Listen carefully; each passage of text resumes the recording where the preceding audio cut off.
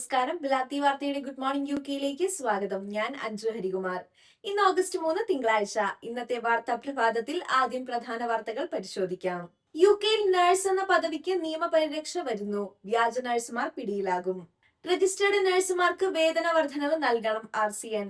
സ്കോട്ട്ലൻഡിൽ വ്യവസായിയും മുൻ veterinary ഡോക്ടറുമായ doctor സൊഹൈബ് അർഷാദിന് നേരെ വംശീയ ആക്രമണം. ക്രൂരമർദ്ദനത്തിൽ ഗുരുതര പരിക്ക്. ഇംഗ്ലീഷ് ചാനലിലൂടെയുള്ള അനധികൃത കുടിയേറ്റം തടയാൻ കർശന നടപടിയുമായി UK. ഹോർമൂസ് പ്രതിസന്ധി തുടർന്നാൽ UK സമ്പദ് വ്യവസ്ഥയ്ക്ക് വൻ തിരിച്ചടി. മുന്നറിയിപ്പുമായി EY. ഈ ബുള്ളറ്റിൻ നിങ്ങൾക്ക് അവതരിപ്പിക്കുന്നത് idealistic mortgage and financial services limited ആണ്. യുകെയിലെ നിങ്ങളുടെ ഇൻഷുറൻസ് മോർഗേജ് സേവനങ്ങൾ സംബന്ധിച്ച സൗജന്യ ഉപദേശത്തിനായി ദയവായി അവരെ ബന്ധപ്പെടുക. വാർത്തകൾ വിശദമായി. യുകെയിൽ നഴ്സിംഗ്, സോഷ്യൽ കെയർ മേഖലകളിൽ ജോലി ചെയ്യുന്ന മലയാളികളായ ആരോഗ്യ പ്രവർത്തകരുൾപ്പെടെ ശ്രദ്ധിക്കേണ്ടുന്ന പ്രധാനപ്പെട്ട വാർത്തയാണ് ഇപ്പോൾ പുറത്തുവരുന്നത്. സർക്കാർ യോഗ്യതയോ ഔദ്യോഗിക രജിസ്ട്രേഷനോ ഇല്ലാതെ നഴ്സ് എന്ന പദവി ഉപയോഗിക്കുന്നത് നിയമപരമായി തടയുന്നതിനുള്ള നടപടികൾക്ക് വെസ്റ്റ്മിൻസ്റ്റർ സർക്കാർ തുടക്കമിട്ടു. ഇതിനായി പൊതുജനങ്ങളിൽ നിന്നും ആരോഗ്യ രംഗത്തെ വിദഗ്ധരിൽ നിന്നും തെളിവുകളും അഭിപ്രായങ്ങളും ശേഖരിക്കുന്ന കോൾ ഫോർ എവിഡൻസ് പ്രക്രിയ ആരംഭിച്ചിട്ടുണ്ട്. നിലവിൽ UK നിയമപ്രകാരം രജിസ്റ്റേർഡ് നഴ്സ് എന്ന പദവിക്കാണ് സംരക്ഷണമുള്ളത്. എന്നാൽ സാധാരണ ജനങ്ങൾ കൂടുതലായി ഉപയോഗിക്കുന്നത് നഴ്സ് എന്ന വാക്കായതിനാൽ ഈ പേരിൽ യോഗ്യതയില്ലാത്തവർ സ്വയം പരിചയപ്പെടുത്തുന്നത് രോഗികളുടെ സുരക്ഷയ്ക്ക് ഭീഷണിയാകുമെന്നാണ് വിലയിരുത്തൽ. പുതിയ നിയമം നിലവിൽ വന്നാൽ അംഗീകൃത നഴ്സിംഗ് യോഗ്യതയും നഴ്സിംഗ് ആൻഡ് മിഡ്വൈഫറി കൗൺസിൽ രജിസ്ട്രേഷനും ഇല്ലാതെ നഴ്സ് എന്ന പേരിൽ പ്രവർത്തിക്കുന്നവർക്കെതിരെ ക്രിമിനൽ നടപടി സ്വീകരിക്കാൻ സർക്കാരിന് അധികാരമുണ്ടാകും. Royal College of Nursing protect nurse ക്യാമ്പയിനിലൂടെ വർഷങ്ങളായി ഉന്നയിച്ചിരുന്ന ആവശ്യമാണ് ഇപ്പോൾ സർക്കാർ പരിഗണിക്കുന്നത്.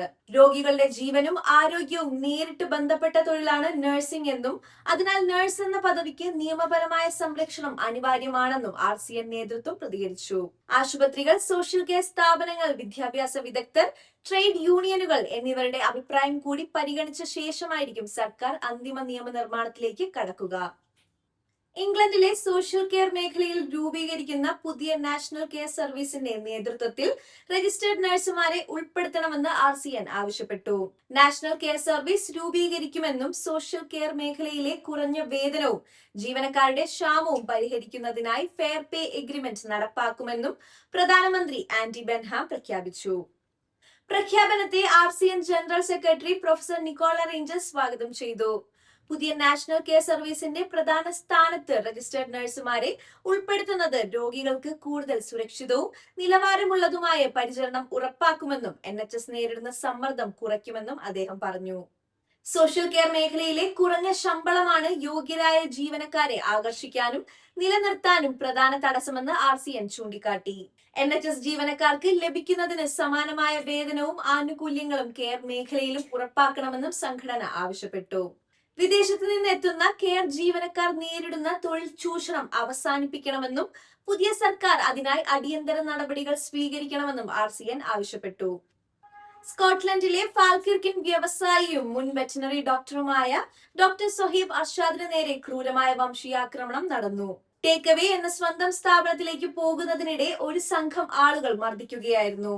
എപ്പോഴാണ് ഈ രാജ്യം വിട്ടുപോകുന്നത് എന്ന് ചോദിച്ച ശേഷം തല ചുമലിലിടിക്കുകയും മുഖത്തും തലയിലും മർദ്ദിക്കുകയായിരുന്നുവെന്നും ഡോക്ടർ അർഷാദ് പറഞ്ഞു. സ്കോട്ട്ലൻഡിൽ കുടിയേറ്റ വിഷയത്തിൽ സംഘർഷങ്ങൾ വർദ്ധിച്ചു വരുന്ന സാഹചര്യത്തിലാണ് ഈ സംഭവം. 2024 പൊതുതിരഞ്ഞെടുപ്പിൽ ഫോൾകിർക്കിൽ നിന്ന് ആൽബ പാർട്ടി സ്ഥാനാർത്ഥിയായി മത്സരിച്ച അർഷാദ് നിലവിൽ SNP അംഗമാണ്. അദ്ദേഹത്തിന്റെ രാഷ്ട്രീയ ബന്ധങ്ങൾ കാരണം ഈ വിഷയം സ്കോട്ടിഷ് പാർലമെന്റിന്റെ ശ്രദ്ധയിൽപ്പെടാൻ ഇടയായി. എന്നാൽ സാധാരണക്കാരനായ മറ്റൊരാൾക്കാണ് ഇത് സംഭവിച്ചിരുന്നതെങ്കിൽ ആരും ശ്രദ്ധിക്കാതെ പോകുമായിരുന്നുവെന്ന് അദ്ദേഹം ആശങ്ക പ്രകടിപ്പിച്ചു. അവിടെ ധാരാളം ആളുകൾ ഉണ്ടായിരുന്നുവെങ്കിലും ആരും സഹായത്തിന് മുന്നോട്ട് വന്നില്ലെന്നും സഹായിക്കുന്നതിന് പകരം എല്ലാവരും ഫോണിൽ രംഗങ്ങൾ ചിത്രീകരിക്കുന്ന തിരക്കിലായിരുന്നുവെന്നും ഡോക്ടർ സൊഹൈബ് അർഷാദ് പറഞ്ഞു.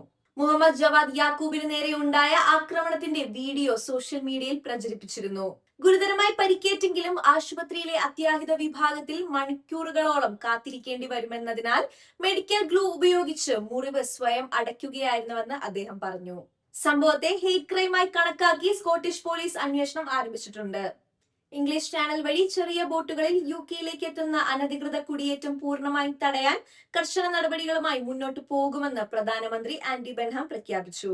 ഡോവറിലെ ബോർഡർ സെക്യൂരിറ്റി കമാൻഡ് സന്ദർശിച്ച ശേഷമാണ് സർക്കാർ അതിർത്തി സുരക്ഷയിൽ വിട്ടുവീഴ്ചയില്ലാത്ത നിലപാട് സ്വീകരിക്കുമെന്ന് അദ്ദേഹം വ്യക്തമാക്കിയത്. അനധികൃത കുടിയേറ്റം കുറയ്ക്കുന്നതിൽ പുരോഗതിയുണ്ടെങ്കിലും പ്രശ്നം പൂർണ്ണമായി പരിഹരിക്കപ്പെട്ടിട്ടില്ലെന്ന് പ്രധാനമന്ത്രി പറഞ്ഞു. മനുഷ്യക്കടത്ത് നടത്തുന്ന സംഘങ്ങളെ തകർക്കാൻ നാഷണൽ ക്രൈം ഏജൻസിയിലെ ഉദ്യോഗസ്ഥരുടെ എണ്ണം ഇരട്ടിയാക്കിയതായും ഫ്രഞ്ച് അതിർത്തി സേനയുമായുള്ള സഹകരണം കൂടുതൽ ശക്തമാക്കിയതായും അദ്ദേഹം അറിയിച്ചു. രാഷ്ട്രീയ വിവാദങ്ങൾക്ക് പകരം ദീർഘകാല പരിഹാരമാണ് സർക്കാരിന്റെ ലക്ഷ്യമെന്ന് ബെൻഹാം പറഞ്ഞു. യഥാർത്ഥ അഭയാർത്ഥികൾക്ക് സുരക്ഷിതവും നിയമപരവുമായ വഴികൾ ഒഴുക്കുന്നത് മനുഷ്യക്കടത്ത് മാഫിയയുടെ പ്രവർത്തനം ദുർബലമാക്കുമെന്നും അദ്ദേഹം ചൂണ്ടിക്കാട്ടി. ഹോർമുസ് കടലിടുക്കിലൂടെയുള്ള കപ്പൽ ഗതാഗതം അടുത്ത വർഷം മധ്യത്തോടെ സാധാരണ നിലയിലായില്ലെങ്കിൽ 2027 ബ്രിട്ടൻ സാമ്പത്തിക മാന്ദ്യത്തിലേക്ക് നീങ്ങുമെന്ന് പ്രമുഖ അക്കൗണ്ടിംഗ് സ്ഥാപനമായ EY മുന്നറിയിപ്പ് നൽകി. ലോകത്തിലെ ഏറ്റവും പ്രധാനപ്പെട്ട എണ്ണവാതക ഗതാഗത പാതകളിലൊന്നായ ഹോർമുസ് കടലിടുക്കിലെ തടസ്സം തുടരുന്നത് യുകെയുടെ സമ്പദ് വ്യവസ്ഥയെ ഗുരുതരമായി ബാധിക്കുമെന്നാണ് റിപ്പോർട്ടിൽ പറയുന്നത്.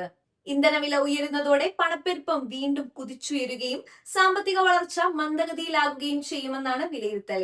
ഇപ്പോഴുള്ള തടസ്സങ്ങൾ ഈ വർഷം സെപ്റ്റംബർ അവസാനത്തോടെ പരിഹരിക്കാനായാൽ 2026 യുകെ സമ്പദ് വ്യവസ്ഥ 0.8%, 2027 1.2% വളരുമെന്നാണ് EYയുടെ കണക്ക്. എന്നാൽ പ്രതിസന്ധി നീണ്ടുനിന്നാൽ ഈ വർഷത്തെ വളർച്ച 0.5% ചുരുങ്ങുകയും 2027 സമ്പദ് വ്യവസ്ഥ 0.2% നെഗറ്റീവ് വളർച്ച രേഖപ്പെടുത്തുകയും ചെയ്യുമെന്ന് റിപ്പോർട്ട് മുന്നറിയിപ്പ് നൽകുന്നു. അതേസമയം പണപ്പെരുപ്പം 2026 അവസാനത്തോടെ 6.4%-ലെത്താൻ സാധ്യതയുണ്ടെന്നും ഇന്ധനവില നിയന്ത്രിക്കാനാകാത്ത സാഹചര്യം രാജ്യത്തിന്റെ സാമ്പത്തിക സ്ഥിരതയെ ഗുരുതരമായി ബാധിക്കുമെന്നും EYയുടെ ചീഫ് എക്കണോമിസ്റ്റ് പീറ്റർ ആർണോൾഡ് വ്യക്തമാക്കി. ഇതോടെ ഈ വാർത്താ ബുള്ളറ്റിൻ ഇവിടെ അവസാനിക്കുന്നു. കൂടുതൽ വാർത്തകൾക്കായി ഞങ്ങളുടെ ന്യൂസ് പോർട്ടൽ www.uknewsmalayalam.com സന്ദർശിക്കുക. എല്ലാവർക്കും നല്ലൊരു ദിവസം ആശംസിച്ചുകൊണ്ട് നന്ദി, നമസ്കാരം.